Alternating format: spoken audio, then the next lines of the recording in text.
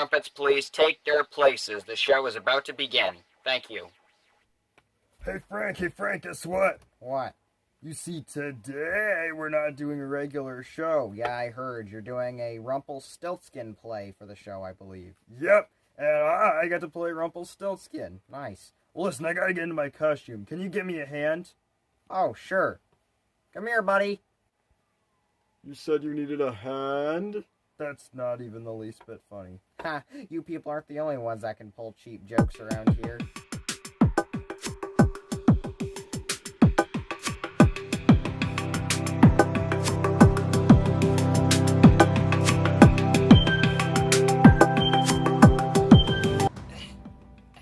Oh, hello and welcome to our show. Now you may be wondering why I'm wearing this goofy costume. Well, today is going to be different. Instead of our usual show, it will be one big Crumpit fairy tale segment. You see, we have a new narrator. Her name is Madam Honksalot, and she is great, and she's going to read the story of Rumplestiltskin, and we're all going to act it out, and it's going to be very, very fun. And Sugar, stop that. Stop gnawing on your chain. Oh my gosh. Sugar, stop it. Wow. what's going on with Sugar? Oh, he's been acting up a lot lately. He's a little too excited about this Rumpelstiltskin business. Oh, come on. Okay, Sugar, I gotta go do some stuff, so stay on your chain. Stay on your chain.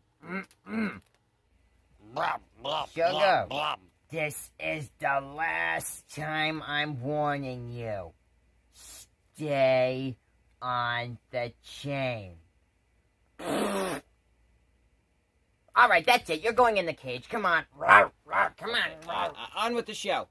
Come on, you should have listened. This is your fault. And now, fairy tales with the Crumpit players. Hello there, little friends. I'm Madam Honksalot, and today I'm going to be reading to you one of my favorite fairy tales of all time, Rumpelstiltskin. Now, is everyone ready? You bet. Good. Winky is going to be playing the part of the king. Randy is going to play the prince. Bernard is going to play the miller. Roxanne is going to play the miller's daughter. And Timothy is going to play Rumpelstiltskin. Now, let us begin.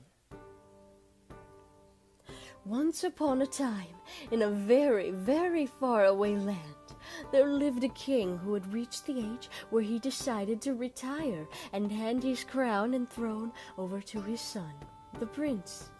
Well, son, very soon the day is coming Which day is that again? where I am retiring as king and leaving my throne to you. Aw, gee, Dad, I can't wait. Is there anything I need to know before that happens?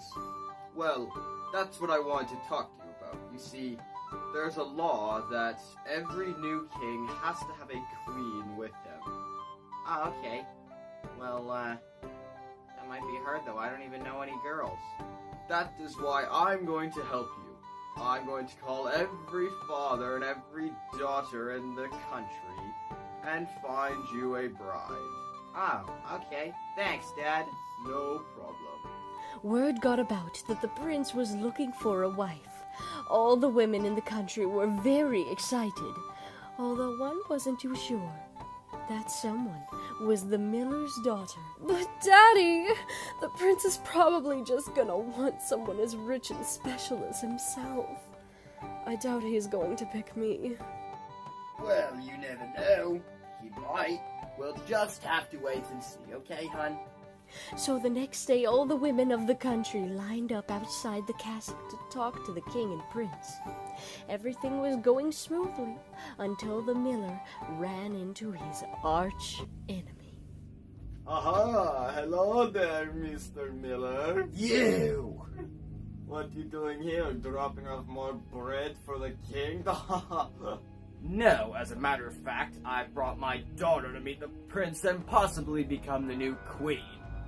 Oh, well that's a riot, because I brought mine too. Oh, and let me tell you, there is nothing that my daughter cannot do perfectly. Well, my daughter is more beautiful than anyone else in the country. Well, my daughter has the singing voice of a real angel. My daughter can spin straw into gold. What did you say? You had better not be lying, because a lie in my kingdom is punishable by 1 month in the dungeon. Tell you what, if your daughter can spin a room full of gold by tonight, she can become the new queen instantly. Well, that's great! And if not, both of you will spend 1 whole month in the dungeon. I will see you later. Daddy, you must be crazy! I can't do that. Oh, gee, I'm sorry. Well, we'll think of something to fix this, I promise. Oh, boy.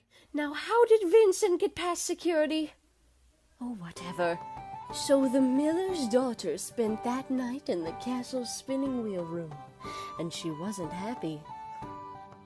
Now I want you to spin all the straw in this room into gold by sunrise, or else. Oh, no! What am I going to do? The miller's daughter was very sad. How was she going to turn all the straw in this room into gold? But just in the nick of time, a strange little man came along. Oh, gotta find a better entrance. Who are you? Oh, no time for introduction. I am here to help you. Really? How? Well, I have magical powers that can spin all the straw in this room into gold by sunrise. However, this takes a lot of time and energy, and is it too much that I ask for something in return? Of course, how about my handkerchief? Ooh, nice fabric. You've got yourself a deal. Round and round and round it goes. When does it stop? Nobody knows. So the strange little man spun an entire room of straw into real, shiny 24-karat gold. However, this wasn't enough to satisfy the king. Okay, oh! Amazing! Look at all this gold! But wait, how do I know this isn't some sort of trick? Well, I've been locked in this room all night. There's very few ways all this gold could have gotten here. True, but just to make sure, I'm going to ask that you stay another night and spin another room of gold. Oh, very well. So the miller's daughter had to spin another room full of gold, or else she would be sent to the dungeon. Lucky for her, though, Rumplestiltskin knew about this and came back that night. Next time I gotta use the door. You're back! Oh, thank goodness! Yeah, another room full of gold, I'm guessing. I'll do it, but remember, payment first. Well, I can't think of anything I could give you or what you would want. Well, then how about I make a deal with you? When you become queen, you give me your firstborn child. You must be out of your mind! I'm not giving you my baby! Okay, then. I guess you'll have to find somebody else to spin a room full of gold for you. I'll see you later. Oh, fine, if that's what I have to do to have another room full of gold spun. Perfect! Haha! So the strange man spun a second room full of gold, and the king was amazed. The prince was very impressed by this skill, and within just a few days, the two were married. After that, a year or two went by, and the new queen forgot all about the strange man, or the straw being spun to gold, or anything. But all of that changed when one day, she had a baby. I have got to stop doing that. You!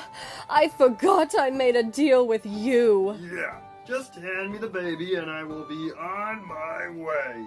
Never! I don't care if I break my promise. I'm keeping the baby. Well, if you don't, I'll use my magical powers to blow up the entire kingdom. No! You can't do that! Tell you what, I will leave the kingdom alone and let you keep the baby if you can guess my name. Okay, that shouldn't be too hard. Oh, you have no idea how hard it will be. You got 48 hours. Guessing the strange man's name was going to be a lot harder than the queen thought, so her only choice was to tell the truth to the king. Oh gosh. So it wasn't you who spun the straw into gold? No, it was this weird little man all along. So you mean I let you in the spinning wheel room for 2 nights and let you marry my son for nothing? Excuse me? Well, I didn't really mean... Now wait just a minute. I did not marry this girl because of the gold. I married her because I loved her. And if you have a problem with that, that's on you. And you know what? Because you put her through all that, and since I am the king now, I am banishing you from the country. Guards! Oh, fiddlesticks. Alright, now we must find out this strange little man's name. Excuse me, Royal Prime Minister. Yes, Your Majesty. Would you send out proclamations to everyone in the country telling them to try and help us find out this man's name? Right away, Your Majesty. Thank you. Alright, let's get to work. So the king and queen gathered all the people of the country far and wide to gather every name they could possibly imagine, hoping that one of them would be the name of the strange little man. Okay, sir, I've written out a list of names here. Brian? How about Corey? Not even close. Is it Marcello? Is it Sid? Maybe Freddie? Save your breath. You will never guess. Nobody was able to figure out the little man's name. But luckily for them, there was a little carrier pigeon who had been watching the series of events and wanted to help. So he flew off into the woods that night to the place where the little man had lived and listened to him as he danced around the fire, singing a little song. Wind and sun and clouds and rain, they will never guess my name. Ha ha. They might as well just keep on guessing. They'll never know my name is Rumplestiltskin. Aha! What? Who said that? Who's there? The next day, they went about trying to figure out the man's name, and nothing was working. Until the carrier pigeon showed up, of course. Jackie, Buster, Kevin, Gregory, Charles. Hey, Queen. Your Majesty. I have the name of that strange little man. And it's not just a guess, I know the name of that strange little man. Really? Yes, and I better give it to you fast. Okay, his name is Rumplestiltskin. Wow, that's a strange name. No wonder we haven't guessed it yet. Yeah. Oh boy, you have no idea. Any last guesses before your time's up? Is your name Rumpelstiltskin by any chance? That is my name! How did you know? You were never supposed to guess? Ah! But wait, you don't understand. By guessing my name, you've destroyed my power. And by destroying my power, you've destroyed me.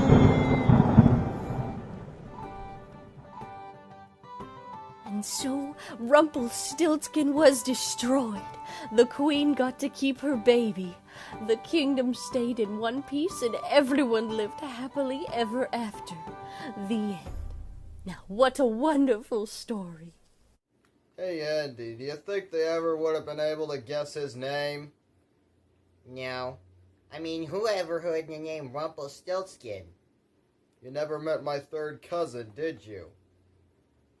Boy, that was great. I love the story of Rumpelstiltskin, don't you? Well, before I go, I just want to say a quick congrats to everybody who took part, to Timothy and Roxanne and Bernard and everyone who was part of the story. I hope you enjoyed this, and we'll hope to see you next week. Bye!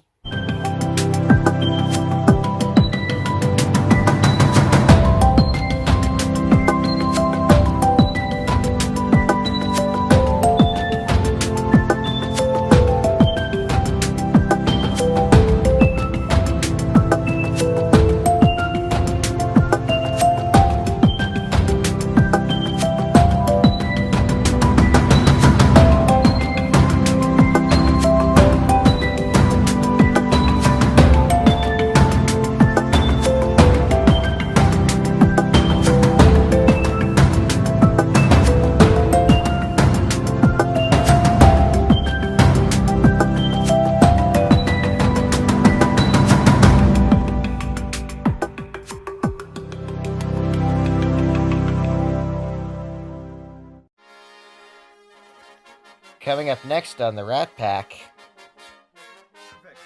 Hit it!